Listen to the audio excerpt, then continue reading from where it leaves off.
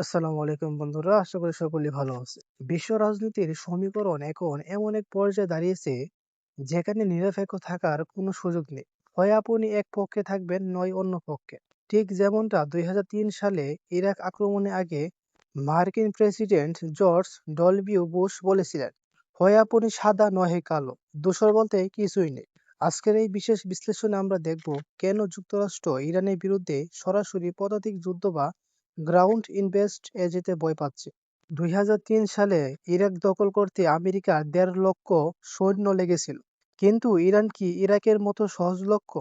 আন্তর্জাতিক সংবাদ মাধ্যমগুলোর চুলচেরা বিশ্লেষণ বলছে ইরানের ভৌগোলিক অবস্থান এবং সামরিক শক্তি একে এক অভেদ্য দুর্গে পরিণত করেছে। আজ আমরা বিস্তারিত জানব কেন মধ্যপ্রাচ্যে নতুন করে হাজার হাজার মার্কিন সেনা মোতায়েন করা হচ্ছে এবং পর্দার আড়ালে কি ভয়ঙ্কর চোখ আঁকা হচ্ছে। ইরাক আর ইরানের মধ্যে আকাশ পাতাল পার্থক্য। ইরান প্রাকৃতিকভাবে একটি দুর্গের মতো। এর পশ্চিমে 1600 কিলোমিটার দীর্ঘ জাগরস পর্বতমালা, উত্তরে আলবোর্জ পর্বত আর পূর্বে দাউদ এর মতো লুট মরুভূমি, যা বিশ্বের অন্যতম উত্তপ্ত স্থান। সাময়িক বিশ্লেষকরা বলছেন ইরাকের স্টাইলে ইরানে ট্যাঙ্ক নিয়ে ঢুকা পড়া প্রায় অসম্ভব। আন্তর্জাতিক সংবাদ মাধ্যম এবং আল জাজিরা এবং রয়টার্সের মতো বড় বড় সংবাদ মাধ্যমের রিপোর্ট অনুযায়ী ইরানের সামরিক কাঠামো সাধারণ কোনো বাহিনীর মতো নয়। তাদের মূল শক্তি আইআরজিসি এবং বাসিস বাহিনী। তথ্যমতে তাদের বার্ষিক সদস্য সংখ্যা প্রায় 40 লক্ষের উপরে। এছাড়াও ইরানের সাধারণ মানুষ দীর্ঘমেয়াদী যুদ্ধের জন্য প্রশিক্ষণপ্রাপ্ত। পেন্টাগনের হিসাব মতে ইরানে যদি যুক্তরাষ্ট্র সফল হতে চায়, তবে কমপক্ষে 10 থেকে 12 লক্ষ পদাতিক সৈন্যের প্রয়োজন হবে। কিন্তু বর্তমানে মধ্যপ্রাচ্যে আমেরিকার সৈন্য সংখ্যা এর ধারে কাছেও নেই। আমেরিকা খুব ভালো করেই জানে ইরান দখল করা তাদের পক্ষে সম্ভব নয়। তাই তাদের লক্ষ্য এখন ভিন্ন। তারা চায় 2 থেকে 4 সপ্তাহে একটি বিধ্বংসী বিমান হামলা চালাতে। দ্য নিউ ইয়র্ক টাইমস এবং একটি বিশেষ কলামে বলা হয়েছে, ওয়াশিংটনের মূল পরিকল্পনা হলো ইরানের অর্থনীতি এবং সামরিক অবকাঠামো ঘুরিয়ে দেওয়া। তারা চায় এমন এক পরিস্থিতি তৈরি করতে যাতে ইরানের সাধারণ মানুষ অতিষ্ঠ হয়ে সরকারের বিরুদ্ধে বিদ্রোহ করে, অর্থাৎ বাইরে থেকে বোমা মেরে ভেতর থেকে শাসন ব্যবস্থা পরিবর্তনের এক সুদূরপ্রসারী নীল নকশা। আর এই উদ্দেশ্য সফল করতে মধ্যপ্রাচ্যের বিভিন্ন ঘাঁটিতে সৈন্য বাড়ানো হচ্ছে। আসুন এক নজরে দেখে নেই কোথায় কত মার্কিন সৈন্য মোতায়েন আছে। কাতারে আল উদেই ঘাঁটিতে রয়েছে 10,000 সৈন্য এবং কুয়েতে 14,000, সৌদি আরবে প্রায় 10,000 এবং আরব আমিরাতে 4,000 সেনা রয়েছে। কিন্তু বর্তমান পরিস্থিতিতে জর্ডান হয়ে উঠেছে আমেরিকা তুরস্কের তাস। দ্য ওয়াল স্ট্রিট জার্নাল এর একটি রিপোর্ট বলছে ইসরায়েলকে রক্ষা করার জন্য জর্ডানে এখন আমেরিকার প্রধান সামরিক ঢাল।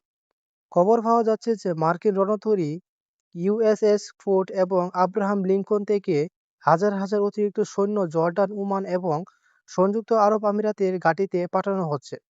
এমনকি জাপান ও দক্ষিণ কোরিয়া থেকেও প্রায় 5,000 অতিরিক্ত সৈন্য এই অঞ্চল থেকে আনা হয়েছে।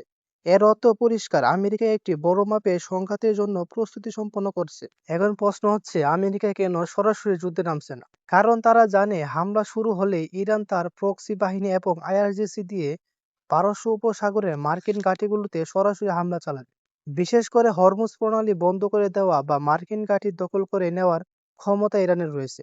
এখানে কাতারের আল উদেই ঘাঁটির ভূমিকা অত্যন্ত গুরুত্বপূর্ণ।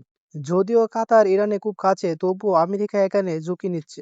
সাউথ চায়না মর্নিং পোস্ট এবং ইরানের স্যাটেলাইট ফুটেজে দেখা গেছে কাতারে এই ঘাঁটিতে আমেরিকা তাদের অত্যাধুনিক KC-46 রিফুয়েলিং বিমান এবং প্যাট্রিয়ট এয়ার ডিফেন্স সিস্টেম মোতায়েন করেছে। এর সাথে যুক্ত হয়েছে হিমার্স রকেট সিস্টেম, যার রেঞ্জ প্রায় 680 কিলোমিটার। অর্থাৎ কাতার থেকে ইরানে হৃৎপিণ্ডে আঘাত করার ক্ষমতা এখন আমেরিকার হাতে। পরিশেষে বলা যায় মধ্যপ্রাচ্য এখন এক আগ্নেয়গিরির মুখে দাঁড়িয়ে। আমেরিকা একদিকে যেমন গোলান মালভূমি এবং ইসরায়েলের বর্ডার রক্ষা করতে মরিয়া, অন্যদিকে ইরানও তার দীর্ঘদিনের সামরিক প্রস্তুতি নিয়ে বসে আছে। আগামী এক সপ্তাহের মধ্যে আরও 50 থেকে 60 হাজার মার্কিন সেনা এই অঞ্চলে আসার কথা রয়েছে। এটি কি কেবল একটি চাপ সৃষ্টি কৌশল, নাকি সত্যি তৃতীয় বিশ্বযুদ্ধের ধামামা? সাময়িক বিশ্লেষকদের মনে করেন আমেরিকা যদি ইরানের মাটিতে পা রাখার ভুল করে, তবে তা হবে তাদের ইতিহাসের সবচেয়ে বড় বিপর্যয়। তবে আকাশপথে হামলার মাধ্যমে তারা ইরানকে কয়েক দশক পিছিয়ে দেওয়ার যে পরিকল্পনা করছে, তা বিশ্ব অর্থনীতির জন্য এক অশনীয় সংকেত। আপনারা কি মনে করেন? আমেরিকা এই বিশাল সৈন্য সমাবেশ কি ইরানকে দমাতে পারবে? নাকি ইরান তার ভৌগোলিক সুবিধা ব্যবহার করে আমেরিকাকে উচিত শিক্ষা দিবে? বন্ধুরা, আজকের গুরুত্বপূর্ণ এই বিষয়গুলোকে কেন্দ্র করে আপনি ব্যক্তিগতভাবে কি মনে করছেন তা অবশ্যই কমেন্ট বক্সে লিখবেন। আজকের মতো বিদায়, দেখা হবে পরবর্তী ভিডিওতে। সে পর্যন্ত নিজে সুস্থ থাকুন এবং বাংলাদেশকে ভালোবাসুন। আল্লাহ হাফেজ।